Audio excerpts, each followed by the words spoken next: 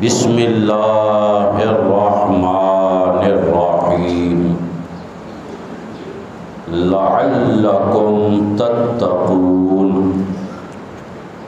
صدق اللہ مولانا العظیم وصدق رسولہ النبی الکریم الامین والحمد للہ رب العالمین۔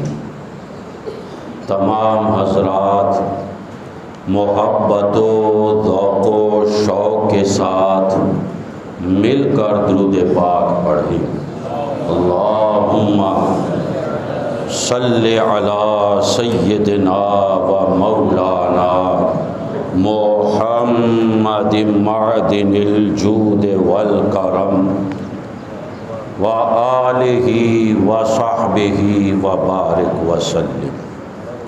الحمدللہ، اللہ کے فضل و کرم اور اس کے احسان سے ہم سب یہاں 1445 ہجری بمطابق 2024 کی عید الفطر کی نماز پڑھنے جمع ہوئے۔ اس دن ہماری زیادہ توجہ نماز کو وقت پر قائم کرنے کی طرف ہوتی ہے۔ یہی وجہ ہے کہ کوئی تفصیلی بیان، خطاب یا تقریر نہیں ہوتی۔ تھوڑا سا ٹائم ہے، مختصر 2 باتیں آپ کے سامنے پیش کروں گا۔ وَمَا تَوْفِيقِي إِلَّا بِاللَّهِ الْعَلِيِّ الْعَظِيمِ۔ میں نے جو 2 لفظ پڑھے ہیں، لعلکم تتقون، یہ سورہ بقرہ کی آیت نمبر 183 ہے، اور اس آیت میں روزوں کے فرض ہونے کا حکم ہے۔ روزوں کی فرضیت اسی آیت سے ثابت ہے۔ اب اس میں اللہ تعالی روزوں کی فرضیت کا مقصد بیان کرتا ہے کہ یہ روزے ہم پر کیوں فرض ہوئے۔ فرمایا لعلکم تتقون، تاکہ تم پرہیزگار بن جاؤ۔ کیا ہو جاؤ؟ بولے پرہیزگار بن جاؤ، تمہیں تقوی حاصل ہو جائے۔ اگر ان روزوں سے ہم تقوی حاصل نہیں کرتے، پرہیزگار نہیں ہوتے، تو بے شک جو روزے کی تعریف ہے، ڈیفینیشن ہے کہ الامساک عن الاکل والشرب والجماع فی النہار مع النیہ، کہ روزے کی نیت کے ساتھ دن کے وقت میں کھانے پینے اور وظیفہ زوجیت سے رک جانے کا نام روزہ ہے۔ تو فرض تو ادا ہو جائے گا، بولے فرض تو، لیکن مقصد حاصل نہیں ہوگا۔ اللہ ہمیں خالی بھوکا پیاسا نہیں رکھنا چاہتا۔ مقصد ان روزوں کا یہ ہے جو ہم نے رکھے کہ ہمیں تقوی اور پرہیزگاری نصیب ہو جائے۔ گویا کہ ان روزوں کا ایک پیغام ہوتا ہے کہ جس رب قدیر کے کہنے پر حلال و طیب و پاک چیزیں چھوڑ دیتے ہو، پورا مہینہ پیاس بھی ہے، بھوک بھی ہے، خواہش بھی ہے، سامنے موجود بھی ہے، مگر استعمال نہیں کرتے کیونکہ اللہ کی رضا نہیں ہے۔ تو اس رب قدیر کی رضا کی خاطر پھر باقی 11 مہینے کم از کم اس کی حرام کردہ، اس کے محبوب کی حرام کردہ اور ناپسندیدہ چیزوں سے بچ جاؤ۔ کتنی تکلیف ہوتی ہے دن میں، خاص کر جو لوگ مزدوری کرتے ہیں، کام کرتے ہیں، اپنے کام میں بھی رہتے ہیں، بھوکو پیاس بھی سہتے ہیں۔ عام دنوں میں حرام اور اللہ اور اس کے رسول کی ناپسندیدہ چیزوں سے بچنے میں اتنی تکلیف نہیں ہوتی، پھر بھی اسے نہ چھوڑو اور یہ نہ سیکھو تو پھر روزے کا مقصد حاصل نہ ہوا۔ میں دوہرا رہا ہوں، فرض تو ادا ہو جائے گا، بولو فرض تو، اس میں کوئی شبہ نہیں، فرض ادا ہو جانا ہے، لیکن مقصود حاصل نہیں ہونا ہے۔ تقوی کی تعریف اور اس کی ڈیفینیشن پہ جائیں، بڑا وقت چاہیے۔ اختصار کے ساتھ بس اتنا سمجھ لیں کہ اللہ اور اس کے رسول کی ناپسندیدہ چیزیں، ناپسندیدہ باتیں، ناپسندیدہ کام چھوڑ دیے جائیں۔ جب اللہ اور اس کے رسول کی ناپسندیدہ چیزوں، اب اس میں حرام بھی آ گیا، مکروہ تحریمی، ناجائز ساری چیزیں آ گئیں کہ اللہ اور رسول کی ناپسندیدہ چیزوں کے ترک کر دینے کا نام تقویٰ ہے۔ اور زندگی کے یہ لمحات ہمارے گزرے چلے جا رہے ہیں اور ہم ایک بھیڑ چال کی طرح بس جس طرف ہمیں باندھ دیا جائے ہم بن جاتے ہیں۔ یاد رکھیں، یہ زندگی ایک برف کی مانند ہے کہ برف کی کتنی بڑی سل ہوتی ہے اور اس سے ایک ایک قطرہ پانی کا گرتا رہتا ہے۔ وہ ایک ایک پانی کا قطرہ جو گر رہا ہے وہی برف کو ختم کر رہا ہے۔ ایک وقت آئے گا کہ وہ پوری سل جو ہمارے سامنے رکھی تھی اور سائز میں کافی بڑی تھی، اس کا نشان بھی باقی نہ رہے گا۔ یہ جو ہماری زندگی کے سیکنڈ ہیں، منٹ ہیں، گھنٹے ہیں، دن ہیں، یہ سمجھو ایک ایک سیکنڈ جو زندگی کا جا رہا ہے یہ وہ قطرہ ہے برف سے جو گر رہا ہے، اور ایک وقت آئے گا کہ یہ کرتے کرتے یہ جو جسم 5 فٹ سے کچھ اوپر ہے یہ معدوم ہو جائے گا اور یہ نظر ہی نہیں آئے گا۔ عقل مند آدمی جب بھی برف خریدتا ہے تو وہ برف خرید کر اپنے پاس رکھ کے کسی چائے کی ہوٹل پہ بیٹھ کر چائے پینے نہیں لگ جاتا، یا باہر کسی اور لہو لعب میں کسی کھیل کود میں نہیں لگ جاتا کہ برف تو لے لی، اسے رکھ دیا اور اب وہ کھیل کود میں لگا ہے، تماشے میں لگا ہے۔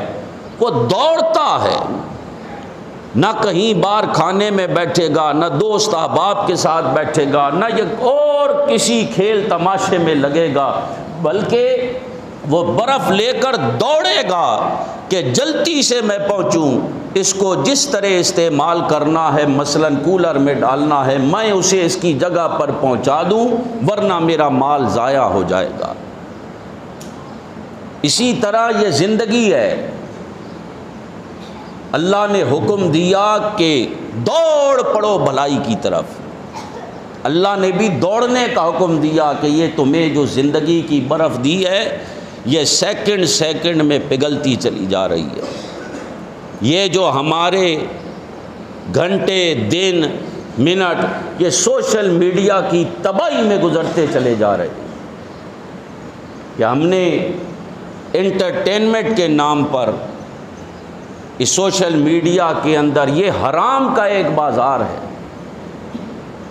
اس میں 99.99 کھیل کود تماشا ہے، حرام بکھرا ہوا ہے، ایمان لٹ رہے ہیں، تباہی و بربادی ہے، حیا سوز بازار ہے، بے حیائی، بد تہذیبی، یہ سب بھرا پڑا ہے۔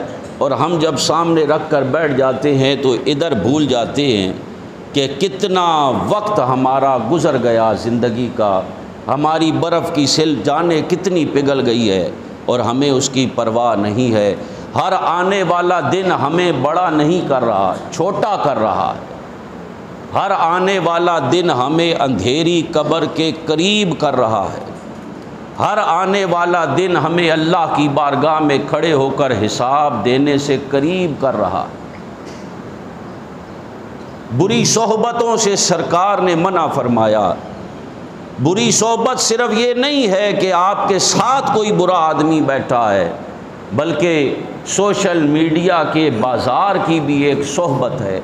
جتنا وقت آپ وہاں گزارتے ہیں، اور بہت کم یوں کہیے کہ آٹے میں نمک کے برابر بھی اس کے اندر خیر ملتی نہیں، اس سے کم ہی ملتی ہے۔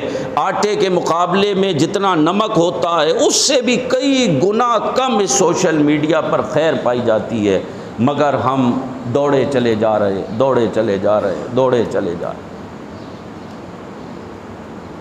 ہمارا معاشرتی سسٹم جو مسلمانوں کا ہے، اس سوشل میڈیا نے اسے برباد کر دیا۔ ہمارے آج کا یہ جو مصروفیات اور مفادات ہم نے پال رکھے ہیں، اس نے اس معاشرتی سسٹم کو تباہ و برباد کر دیا ہے۔ کچھ باقی نہیں بچا۔ ہمیں ساتھ پڑوسی کی کیا پرواہ رہے، ہمارے ساتھ کوئی اگر بیٹھا ہو تو حال ہمارا یہ ہو گیا کہ ہم سوشل میڈیا میں گم ہیں، اس سے کوئی بات نہیں ہے۔ میرے پاس اتنا وقت نہیں کہ میں کوئی تفصیلی بات کروں۔ للعاقل تکفیہ الاشارہ، اگر عقل مند ہو تو اشارہ ہی کافی ہوتا ہے۔ سرکار دو عالم علیہ الصلاۃ والسلام نے حجۃ الوداع کے موقع پر فرمایا تھا، بخاری شریف میں حدیث پاک ہے، فَإِنَّ اللَّهَ حَرَّمَ عَلَيْكُمْ دِمَاءَكُمْ وَأَمْوَالَكُمْ وَأَعْرَاضَكُمْ، اللہ نے تم پر باہم ایک دوسرے کے لیے تمہارا خون، تمہارے مال اور تمہاری عزتوں کو حرام کر دیا ہے۔ یعنی ایک دوسرے کے خون بہانا، ایک دوسرے کا مال ناحق ضبط کرنا اور ایک دوسرے کی عزتوں کو اچھالنا، آبرو ریزی کرنا اللہ نے حرام کر دیا۔ کیسا حرام کیا؟ سرکار فرماتے کا حرمت یومکم ھذا فی شہرکم ھذا فی بلدکم ھذا، جیسے کہ اس دن، اور وہ حج کے ایام تھے، اس دن میں، اس مہینے میں، وہ حج کا مہینہ تھا، اس شہر میں، وہ مکہ شہر تھا، جیسے کہ اس شہر میں، اس مہینے میں اور آج کے دن میں آپس میں تمہارے مال نہ حق لینا، نہ حق خون بہانا، نہ حق عزتیں اچھالنا رب نے حرام کیا ہے، ایسے ہی تم پر عام دنوں میں ایک مسلمان کی عزت کو ایک دوسرے کے لیے پامال کرنے کو حرام کر دیا۔ لیکن آج ہمیں ان چیزوں کا کوئی خیال نہیں رہا۔ ہم دوسرے کی بے عزتی کر کے، دوسرے کو تکلیف پہنچا کر، دوسرے سے چھین کر، یوں کہیے کہ دوسرے کی لاش پر اپنی آرزوؤں کی عمارت تعمیر کرنا چاہتے ہیں۔ پڑوسیوں کو تو چھوڑ دو، اب تو وہ دن آ گئے کہ اولاد کو والدین کا پتہ نہیں کس حال میں ہے، اولاد کا والدین کو پتہ نہیں وہ کس حال میں ہے۔ اولاد والدین سے غافل ہے، والدین اولاد سے غافل ہے۔ ہمیں آج معاشرے میں جتنے تکلیفیں اور مسائل ہیں، دیکھے ہیں یہ دن اپنی ہی غفلت کی بدولت۔ سچ ہے کہ برے کام کا انجام برا ہے۔ ہمیں اپنے دین سے محبت کرنی ہے۔ دین ہمیں آپس میں مسلمانوں سے محبت کرنے کا درس دیتا ہے۔ 7 اکتوبر سے ہمارے مسلمان بھائی غزہ میں کس طرح تکلیف کا شکار ہیں۔ 7 اپریل کو، آج 10 اپریل ہے، 7 اپریل کو پورے 6 مہینے ہو گئے۔ کتنا عرصہ ہو گیا؟ ایک سکوت طاری ہے، یوں کہیے کہ تماشا دیکھا جا رہا ہے، اور صرف کہا جا رہا ہے کہ ہم کھڑے ہیں تمہارے ساتھ۔ میں نے بارہا کہا اسی کا تو دکھ ہے کہ کھڑے ہیں، کچھ کر نہیں رہے، بس کھڑے ہیں۔ آپ کے بھائی کو آپ کے سامنے کوئی مار رہا اور آپ اسے کہیں بھائی تو فکر نہ کر میں کھڑا ہوں، تو تیرے اس کھڑے ہونے سے کیا ہے؟ یا تو اپنے بھائی کو ظلم سے بچا یا ظالم کو ظلم کرنے سے روک، صرف کھڑے ہونے سے کچھ حاصل نہیں ہوتا۔ سرکار نے فرمایا المؤمن للمؤمن کالبنیان یشد بعضہ بعضا، مومن دنیا میں کہیں بھی ہو وہ دوسرے مومن کے لیے ایک عمارت کی طرح ہے کہ جیسے ایک پتھر دوسرے پتھر کو عمارت میں روکے ہوئے ہوتا ہے، وہ اس طرح ہے۔ اور ایک حدیث میں فرمایا المسلمون کالرجل واحد، مسلمان ایک بندے کی طرح ہے، ساری دنیا کے مسلمان ایک بندے کی طرح ہے، ایک جسم کی طرح ہے۔ فرمایا نشتقا انشتقا عینہ اشتقا کلہ، اگر اس کی آنکھ میں تکلیف ہو تو سارے بدن میں تکلیف ہوتی ہے۔ وَنِشْتَقَا رَأْسُهُ اشتقا کلہ، اگر اس کے سر میں تکلیف ہو پورے بدن میں تکلیف ہوتی ہے۔ لیکن آج ہم نے اس تکلیف کو محسوس کرنا بھی چھوڑ دیا۔ یہ کام عوام الناس کا نہیں ہے، یہ کام حکمرانوں کا ہے، اسلامی ممالک کی فوجوں کا ہے۔ ایک عام آدمی کیا کر سکتا ہے؟ وہ دعا ہی کر سکتا ہے، وہ اپنے غم و غصے کا اظہار ہی کر سکتا ہے۔ تو وہ بے شک آپ کرتے رہیں اور اپنے بھائیوں کا ساتھ دیتے رہے، اور ساتھ میں یہ دعا بھی کرتے رہے کہ اللہ ان سارے اسلامی ممالک کو اس معاملے میں ایک اتحاد کر لینے کی توفیق عطا فرمائے، اور دنیا بھر میں کہیں بھی مسلمان تکلیف میں ہو سب کو اٹھ کھڑے ہونے کی توفیق عطا فرمائے۔ جب تک یہ نہیں ہوگا صرف قراردادیں پاس کر لینے، اجلاس منعقد کر لینے، میٹنگیں کر لینے سے کچھ نہیں ہوتا۔ عید کیا منائیں کہ ہر طرف مسلمانوں کا خون بکھرا ہوا ہے، چاہے چیچینیا ہو، بوسینیا ہو، کشمیر ہو، اور چاہے یہ غزہ ہو۔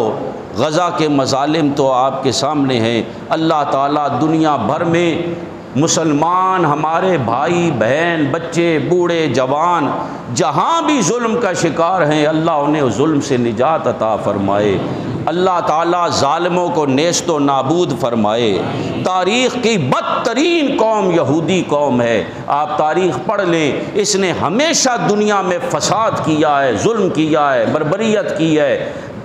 جتنے فتنے دنیا میں برپا ہوئے ہیں ان کے اکثر فتنوں کے پیچھے بنیاد میں یہ یہودی شامل ہوتے ہیں۔ اللہ ان یہودیوں کو نیست و نابود فرمائے، اللہ اس اسرائیل کو دنیا کے نقشے سے مٹائے، مسلمانوں کو دنیا میں عزت و آبرو عطا فرمائے، بلندی عطا فرمائے۔ لیکن یہ یاد رکھنا کہ اگر ہمارے اندر اتنی غیرت بھی نہ ہو کہ ہم اپنے محلے میں رہنے والے کسی مسلمان بھائی کی تکلیف کو دور کر سکیں، تو پھر بتائیں عالمی سطح پر ہم اپنے مسلمان بھائیوں کی تکلیفیں کیا دور کریں گے؟ جب معاشرے آپس میں جڑیں گے تو اسی سے قوت پیدا ہوتی ہے۔ سب سے پہلی نظر تو ہماری یہ ہونی چاہیے کہ ہمارے محلے، ہمارے علاقے میں، ہمارے آس پاس، ہمارے دوست احباب، ہمارے رشتہ داروں میں اگر کوئی مسلمان ہمارا بھائی تکلیف کا شکار ہے تو پہلے ہم اس کے لیے اٹھ کھڑے ہوں، اس کی مدد و نصرت میں آئیں، چاہے وہ کسی بھی تکلیف میں ہے۔ یہی وہ تعلیم ہے کہ ایک ایک فرد کے جڑنے سے پھر معاشرہ وجود میں آتا ہے، قومیں وجود میں آتی ہیں۔ اللہ تعالی ہمیں اس کی توفیق عطا فرمائے۔ وقت ہو گیا ہے، اب انشاءاللہ ہم نماز ادا کریں گے۔ وآخر دعوانا ان الحمد للہ رب العالمین۔